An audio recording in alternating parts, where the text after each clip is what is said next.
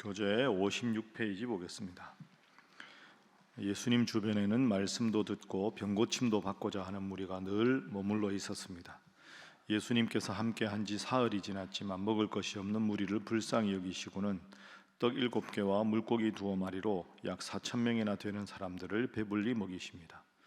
그러나 바리새인들은 하늘로부터 오는 표적을 보여달라고 예수님께 요구합니다. 벳세다에서 앞 못 보는 이를 고쳐주신 예수님은 빌립보 가이사랴 지역에서 제자들에게 사람들이 나를 누구라고 부르느냐고 물어보시고 베드로는 주는 그리스도십니다라고 대답합니다. 그러자 예수님께서는 장차 죽임을 당하고 사흘 만에 살아나게 될 것을 미리 말씀해 주시며 자기 십자가를 지고 따르라고 말씀하십니다.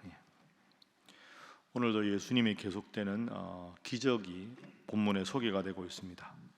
오늘 1절 말씀 보시면 그 무렵에 또 큰 무리가 있어 먹을 것이 없었다. 또라는 말이 나옵니다.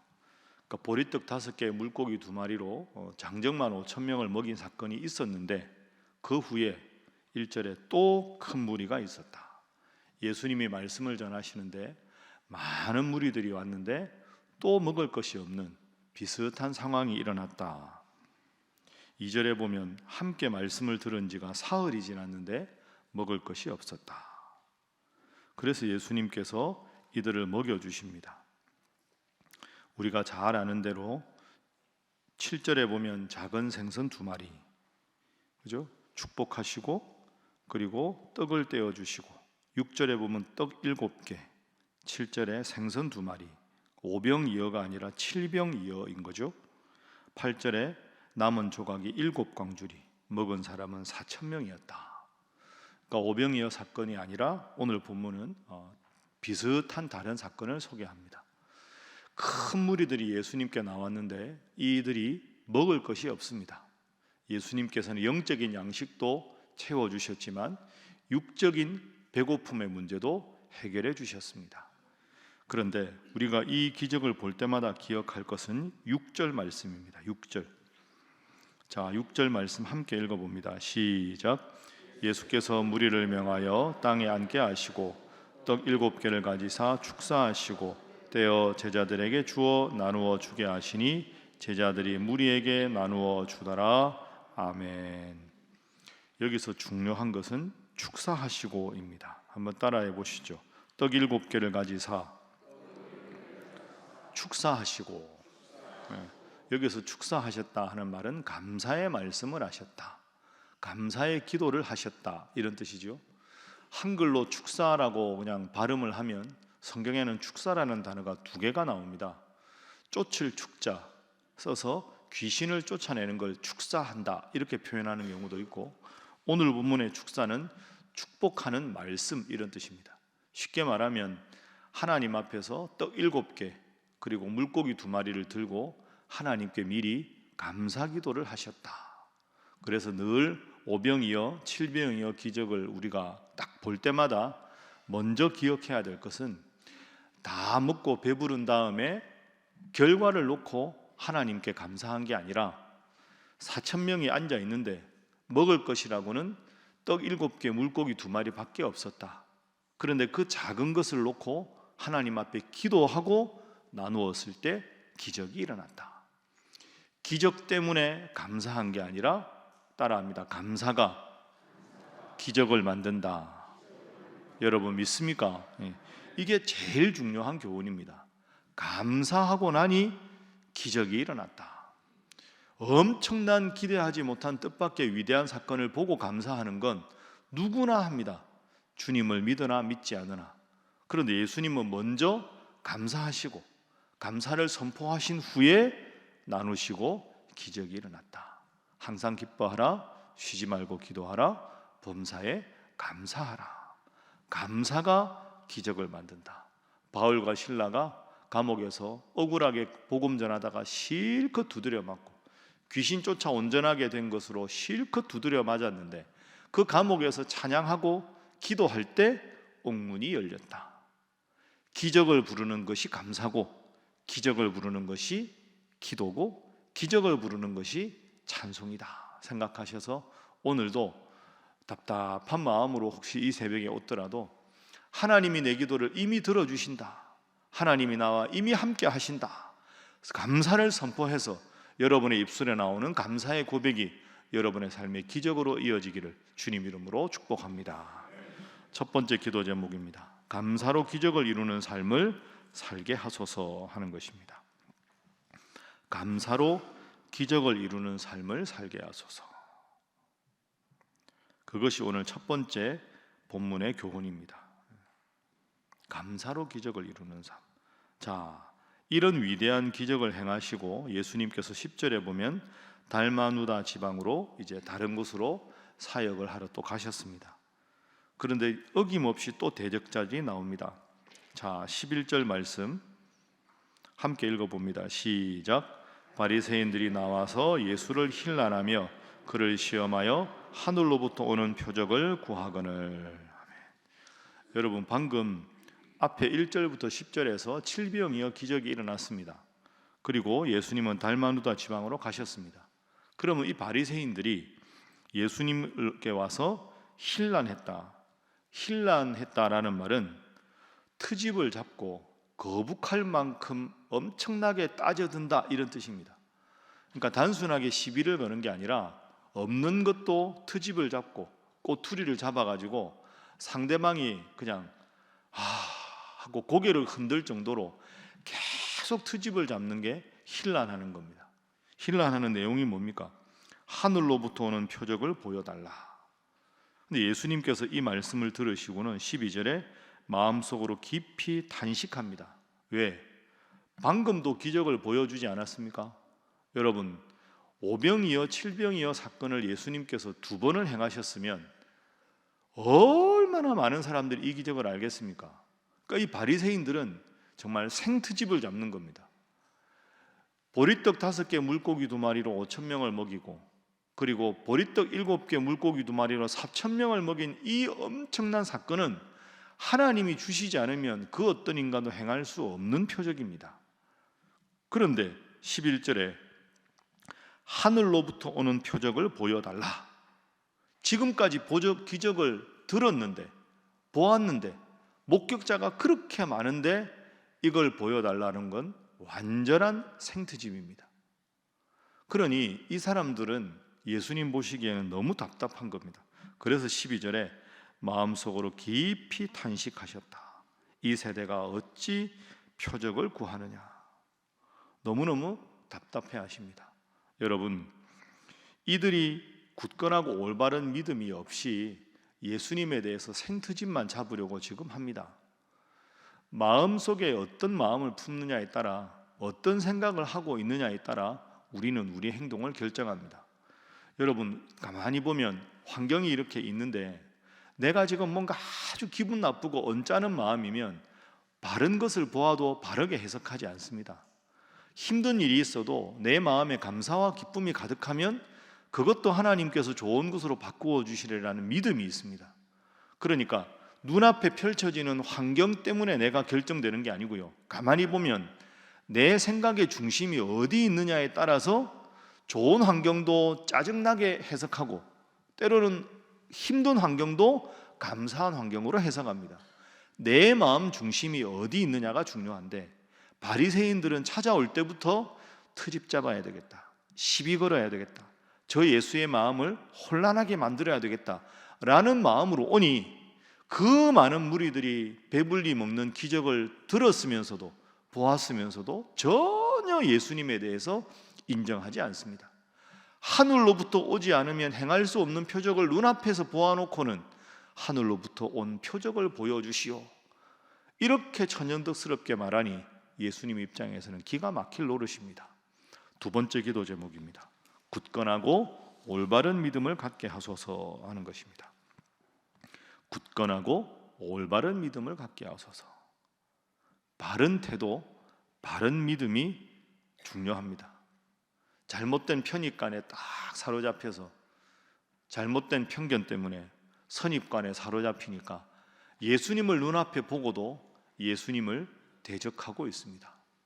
이게 전문가라는 사람들의 잘못입니다.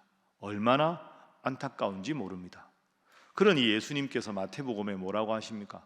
나더러 주여 주여 하는 자마다 다 천국에 들어갈 것이 아니다.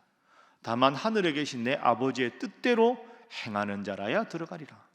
아버지의 뜻을 완벽하게 수행하는 예수님을 앞에도 두고 예수님 따르지 않고 입으로는 주여 주여 하는 당시의 종교 지도자들의 안타까운 모습을 예수님께서 오늘도 마음 아파하십니다. 마음 중심에 예수님 모시고 오늘도 우리가 첫 번째 기도 제목 나눈 대로 감사하는 마음으로, 긍정적인 마음으로, 주님의 은혜를 고백하는 마음으로 기쁨 가운데 모든 것을 신앙적인 안목으로 해석하는 여러분 되시기를 주님 이름으로 축복합니다. 자, 이어서 유명한 베드로의 고백이 나옵니다. 예수님께서 계속해서 말씀을 전하시고 기적을 행해 주십니다. 27절에 예수님 물으시죠. 예수와 제자들이 빌립보 가이사랴 여러 마을로 나가실새 길에서 제자들에게 예수님 물으십니다. 사람들이 나를 누구라고 하느냐? 내가 기적도 행하고 하나님의 아들로서 권능도 행하고 권세 있는 새로운 교훈을 주었는데 사람들이 나를 뭐라고 하느냐? 물었습니다. 28절 예, 더러는 세례 요한 같은 사람이라고 하고 더러는 엘리야 같다고도 하고 더러는 여러 구약의 선지자들 중에 한 사람 같다고도 합니다. 예수님이 정말 묻고 싶으신 건 29절이죠. 그래, 그럼 다른 사람 말고 너희들은 지금 나하고 계속해서 동고동락하고 다 보았는데 너희는 나를 누구라고 하느냐? 예수님의 정말 궁금했던 질문은 제가 보기에는 27절보다는 29절이라고 생각합니다. 베드로가 대답합니다. 자, 29절 함께 읽습니다. 시작. 또 물으시되 너희는 나를 누구라 하느냐? 베드로가 대답하여 이르되 주는 그리스도시니이다 하매. 아멘. 오늘 이 본문이 마태복음 16장에도 나오죠. 주는 그리스도시요 살아계신 하나님의 아들이십니다. 예수님이 그 고백을 듣고 베드로를 칭찬하셨습니다. 바요나 시몬아 내가 복이 있도다. 야, 너 참 진실하게 정확하게 대답 잘했다. 아마 그 본문이니까요 베드로가 그 칭찬받고 우쭐했을 겁니다. 야, 내가 역시 반장 제자라 칭찬을 받았다. 그 다음에 보십시오. 31절에 이 고백 후에 내가 많은 고난을 받을 것이다. 십자가에 달릴 것이다. 그리고 사흘 만에 살 것이다. 이걸 말씀을 하셨습니다. 그런데 32절에 드러내놓고 이 말씀을 하시니 베드로가 예수를 붙들고 항변하였다. 주여 그리 마옵소서 이렇게 말한 거죠. 여러분 여기서 베드로의 두 가지 면을 보십시오. 야, 제자들 너희들은 나를 누구라고 하느냐? 아, 예수님 그리스도시고 하나님 아들이십니다. 야, 베드로 훌륭하다. 베드로가 방금 칭찬받았습니다. 우쭐했을 겁니다. 그런데 예수님이 내가 하나님의 아들로 이 땅에 온 것은 십자가에 고난당하기 위해서 왔다. 그 예수님한테 베드로가 그리하지 마옵소서, 이게 항변하다거든요. 그리하지 마옵소서.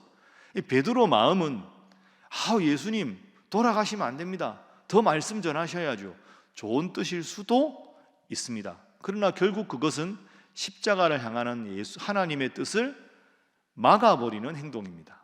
여러분 여기서 베드로의 두 가지 면을 볼 수 있습니다. 똑같은 상황에서 두 가지 일이 일어났는데 첫 번째 고백으로는 예수님께 칭찬을 받고 두 번째 예수님께 대한 말로는 예수님께서 뭐라고 합니까? 33절에 사탄아 내 뒤로 물러가라. 십자가에 못 박히는 게 하나님 뜻인데 그걸 가로막으니 베드로에게 사탄이라고 말씀을 하십니다. 여러분 베드로는 칭찬받았을 때도 베드로고 사탄아라고 꾸중받았을 때도 베드로입니다. 베드로는 완전하지 않습니다. 칭찬받을 때도 베드로, 꾸중받을 때도 베드로입니다. 늘 우리가 고백하는 거죠. 믿음의 대상은 하나님이고 사랑의 대상은 인간입니다. 예수님의 수제자라고 해서 예수님 마음에 쏙 들 수 없습니다. 그러니 오늘 우리는 이 본문을 보면서 우리도 때로는 예수님께 칭찬받을 행동도 하고 어떨 때는 예수님 보시기에 부끄러운 행동도 하는데 우리의 신앙생활이라는 건 예수님 보시기에 부끄러운 행동을 점점 줄여서 더 예수님 앞에 칭찬받는 모습으로 나가는 것, 그게 천국 가기 전까지 우리가 성경을 읽으면서 배워야 되는 성화의 단계, 참 제자의 단계가 이것이다 라고 말할 수 있습니다. 세 번째 기도 제목입니다. 항상 스스로 살피며 하나님의 일만 생각하게 하소서. 항상 스스로 살피며 하나님의 일만 생각하게 하소서. 중요한 건 항상입니다. 항상 하나님의 일을 살펴야 되는데, 칭찬 한 번 받아서 우쭐했는데 또 나섰는데 사탄아 이렇게 미성숙한 모습도 우리 모두가 다 가지고 있습니다. 그러니까 이 정도면 이제 됐겠거니라는 건 없습니다. 이제 목회도 해보다 보면 이제는 좀 이게 됐거나 선줄로 생각하는 자 넘어질까 조심하라. 자식 키우면서 얘는 왜 이렇게 내 속을 아프게 하나, 고개를 절레절레 흔드는데 어느 날 너무 대견스러운 모습을 보면서 하나님이 또 이런 위로를 주신다. 양쪽이 다 있습니다. 오늘 본문의 베드로, 칭찬과 꾸중을 함께 예수님께 다 받은 베드로. 주님, 꾸중은 점점 줄게 하시고 주님 뜻을 알아서 주님께 항상 충성해서 주님의 마음을 시원케 하는 자가 되게 해주십시오. 기도하셔서 오늘 하루도 여러분의 입술의 모든 말과 여러분의 마음의 모든 묵상이 주님께 연락되어 주님 여러분을 보시고 내가 너를 기뻐한다, 내가 너에게 큰 복을 주리라, 그 귀한 약속을 받아 누리는 여러분 모두가 되시기를 주님 이름으로 축복합니다. 기도하겠습니다. 하나님, 내 환경에서 어렵고 힘들고 불편한 것 많습니다. 그러나 감사가 기적을 만든 것을 다시 한번 기억합니다. 보리떡 7개 물고기 2마리로 4,000명을 먹이신 주님, 감사가 기적을 일구어 내었으니 오늘도 감사를 선포하고 하루를 주님 이름으로 승리하게 하여 주옵소서. 오직 마음 중심에 주님 원하는 것을 늘 품게 하시고 칭찬과 꾸중을 함께 듣는 제자가 아니라 더 성숙하게 주님 마음을 헤아려 주님을 기쁘시게 하는 주님의 참 제자로 살아가게 하여 주옵소서. 주님께서 가장 원하시는 전도의 열매를 맺게 하시고 우리 신일교회가 주님 믿다 실족한 이들, 주님 믿지 않는 자들이 많이 주님께 와서 참으로 명실상부한 구원의 방주로 거듭나는 새생명 초청잔치가 되게 하시고 우리 신일교회가 되게 하여 주시옵소서. 함께 기도합니다. 주여 믿습니다. 주여 믿습니다.